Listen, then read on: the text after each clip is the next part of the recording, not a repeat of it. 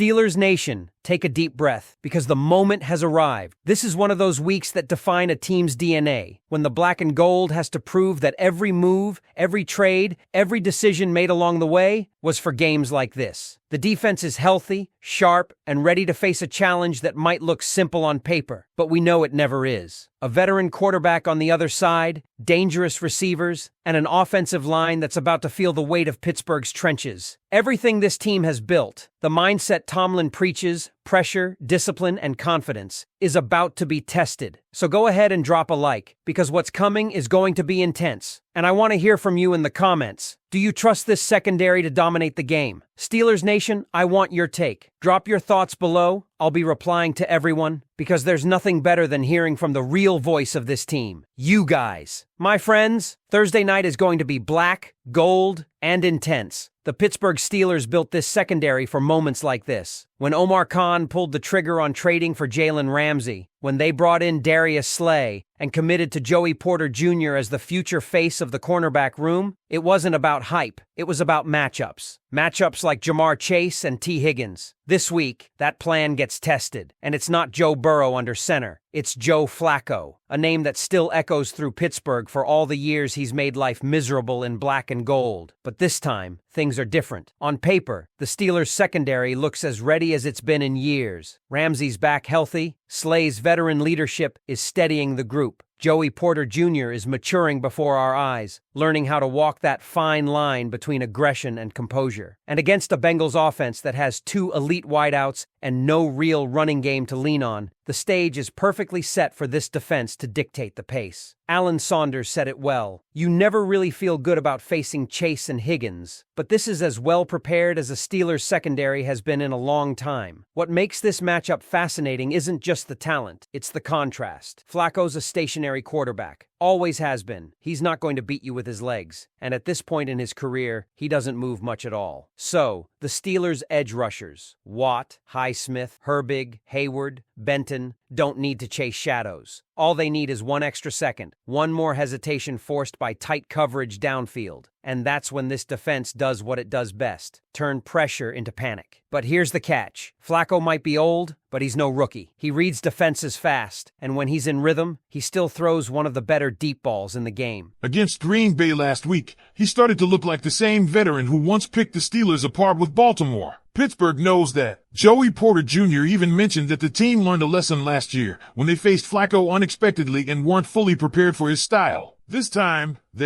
They've studied his timing, his checkdowns, his rhythm. They know Flacco's going to get the ball out quick, so the corners have to play tight, press, and take away those quick reads. And that's where this defense's philosophy shines. Mike Tomlin always preaches that pressure and coverage are linked. One fuels the other. When the DBs hold up their end, the pass rushers get home. When the rush gets there early, the secondary can take risks, jump routes, make plays. That's how you turn an efficient quarterback like Flacco into a turnover machine. And make no mistake, he's been giving the ball away this year. 6 interceptions in just 4 games with Cleveland. Those are numbers the Steelers will smell like blood in the water. Now, let's talk about the numbers on the other side. The Bengals can't run the ball, averaging just over 56 yards per game. They've practically abandoned the ground game. They'll throw 50 or 60 passes if that's what it takes, and that's dangerous for a team with shaky pass protection. The Steelers' defensive front has already handled better offensive lines than Cincinnati's this season. Against Cleveland, against Denver, they dominated up front. Now they're facing a line that's thinner, less disciplined,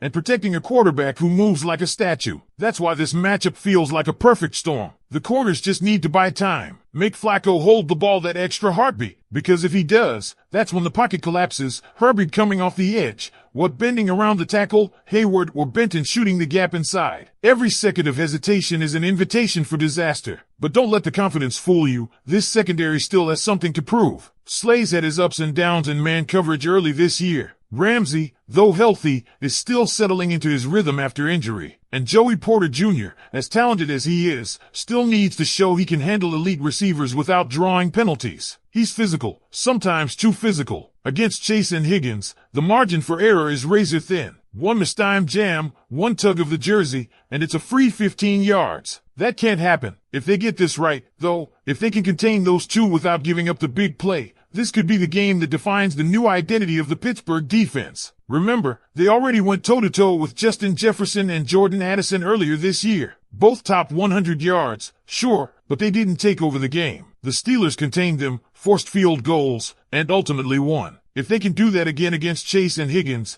and come away with a win, they'll have shut down two of the best wide receiver duos in the NFL within a month. That's not luck, that's growth, and maybe that's what's been missing the past few seasons. Not just talent, but cohesion. The kind of chemistry that lets a defense communicate without words, trust each other's positioning, disguise coverages just long enough to force a bad decision. That's how you build a unit that doesn't just defend, it dictates. Now, the key question is whether they can sustain it. Can this defense continue to evolve from a group that bends but doesn't break into one that dominates from start to finish? Because with a short week, a divisional game, and a Bengals team desperate to climb out of the AFC North cellar, there's no room for hesitation. The Steelers haven't won a Thursday night road game in the division since the format existed. That's a streak that needs to die. So I'll throw it to you, Steelers Nation. Do you think this secondary is finally ready for that challenge? Can Porter, Ramsey, and Slade prove that this is the best coverage unit Pittsburgh's had in years, or do you still see the cracks that could cost them when it matters most? Because make no mistake, this next game isn't just about another divisional win. It's about validation. For months, we've heard that this new-look Steelers secondary was built for moments like this, the kind where the defense doesn't just react, it imposes its will. And after what we've seen in recent weeks, it feels like they're finally starting to believe that themselves. Joey Porter Jr., for example, is no longer playing like a rookie learning on the fly. He's playing like a corner who knows he belongs. The physicality that once drew flags is now being channeled with control. He's baiting receivers, getting in their heads, forcing them to think twice before breaking their route. Against Jerry Jeudy, he didn't just cover, he conquered. He talked, he disrupted, and he backed it up. That's the Joey Porter the Steelers drafted, the one who plays with edge,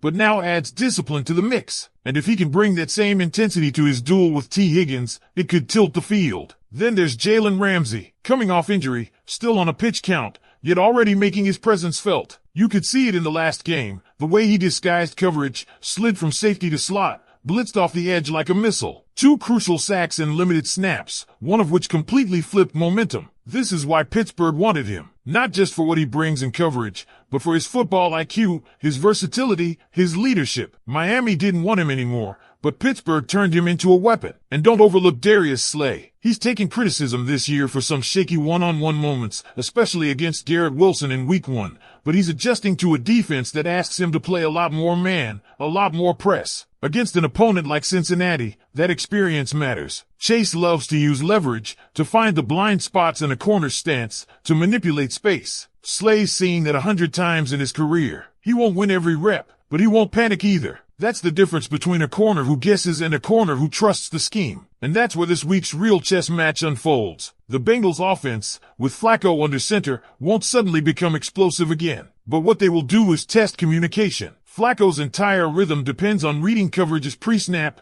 identifying mismatches, and firing before the pass rush can get home. If the Steelers disguise their looks, rolling from 2 high shells into man press, mixing in disguised blitzes with Harmon or Queen, that's how they bait him into mistakes. That's how you get turnovers. Remember, this is the same Joe Flacco who's thrown 6 interceptions in 4 games this season. The arm strength is still there, but the timing? Not always. When the picture changes post-snap, his decisions can lag. That's where Minkah Fitzpatrick used to feast, but now it's on Ramsey and the safeties to step into that opportunistic role. Force Flacco to think twice, and you'll get the ball back with a short field. But the real advantage Pittsburgh holds isn't in the secondary, it's in the trenches. The Bengals' offensive line has been bleeding pressures all season, and Flacco isn't mobile enough to escape the chaos that Highsmith and Herbig bring. Just look back at the Cleveland game. 3 edge packages, relentless pressure, collapsing pockets from every angle. That was against a better line than Cincinnati's. The formula is simple. Take away the quick slants,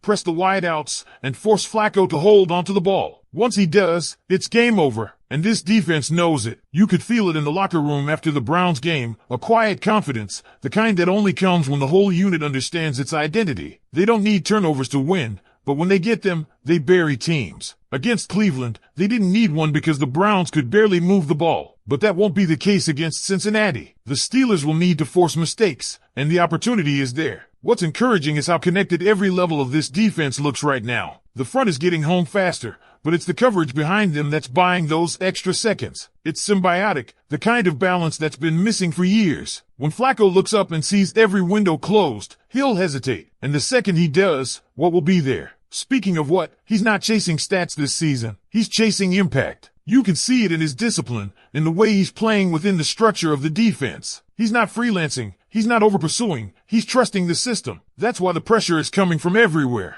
Nick Herbig's emergence has been a revelation. Back-to-back games with multiple sacks and consistent disruption. He's proving he's not just a situational pass rusher. He's part of the rotation now. And the Steelers finally have a trio that can stay fresh and stay dangerous all 4 quarters. That's what makes this defense scary. It's not just talent. It's depth, communication, and purpose. You can feel that they're building towards something. And this Bengals matchup, with all the history, all the emotion, all the noise, it's the perfect test. Because here's the thing, even if Joe Burrow's not playing, this still counts. These are the same receivers, the same schemes, the same divisional stakes. And if Pittsburgh wants to keep proving they're more than just an opportunistic defense, that they're elite, this is where you show it. The short week makes everything harder. The travel, the recovery, the preparation. But it also gives this team a chance to prove how mentally tough they've become. Under Mike Tomlin, the Steelers have never won a Thursday night road game against an AFC North opponent. They're 0-6 all time. That's not coincidence. That's a trend. And trends don't end with luck. They end with focus. So, the question now becomes, is this the game where they finally flip that script? Can this version of the Steelers, with Ramsey, Porter, Slay, Watt, and Herbig leading the charge, walk into Cincinnati on a short week and make a statement that echoes through the division? Because if they do, it won't just be another win. It'll be the moment we all realize the black and gold are done playing defense. They're enforcing it. What do you think?